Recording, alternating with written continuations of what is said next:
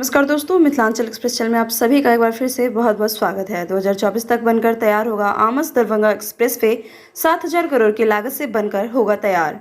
जी हां दोस्तों, 2024 के अंत तक बिहार को मिल सकेगा खूबसूरत एक्सप्रेसवे का तोहफा। आमस से औरंगाबाद के पास दरभंगा तक बनने वाला ये तकरीबन 199 किलोमीटर लंबा ग्रीनफील्ड एक्सप्रेसवे होगा, जो कि 2024 तक बनकर तैयार हो सकेगा। कुल निर्माण लागत 6,927 करोड़ की होगी। वहीं वर्तमान में भूमि अधिग्रहण की प्रक्रिया चल रही है। सड़क निर्माण मंत्री नितिन नवीन ने मई 2022 तक 70% मुआवजा देने का लक्ष्य रखा है और ये सड़क गोपालगंज किशनगंज एनएच को स्वर्णिम चतुर्भुज मोहनिया डोवी एनएच से जोड़ेगी। इसके साथ ही यह झारखंड सीमा को नेपाल सीमा से भी जोड़ेगा। 4 चरणों में हो सकेगा निर्माण।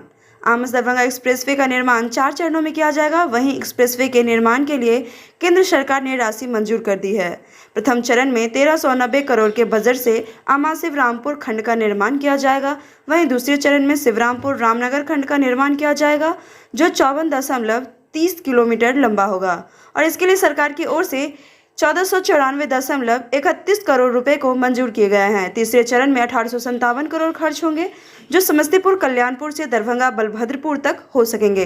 तीसरे चरण की सड़क की लंबाई 45 किलोमीटर होगी और इस खूबसूरत एक्सप्रेसवे के बनने के बाद उत्तर बिहार और दक्षिण बिहार का सीधा जुड़ाव हो जाएगा। तो दोस्तों, ये थी हमारी आज की रिपोर्ट और हमें उम्मीद है कि रिपोर्ट पसंद आया होगा आप सबों को। और इसी तरह से दरभंगा एवं बिहार के खबरों के लिए आप हमारे चैनल के साथ जुड़े रहें। पल पल के अपडेट सबसे पहले हम पहुंचाएंगे आप तक। आप बने रहे हमारे साथ। शुक्रिया।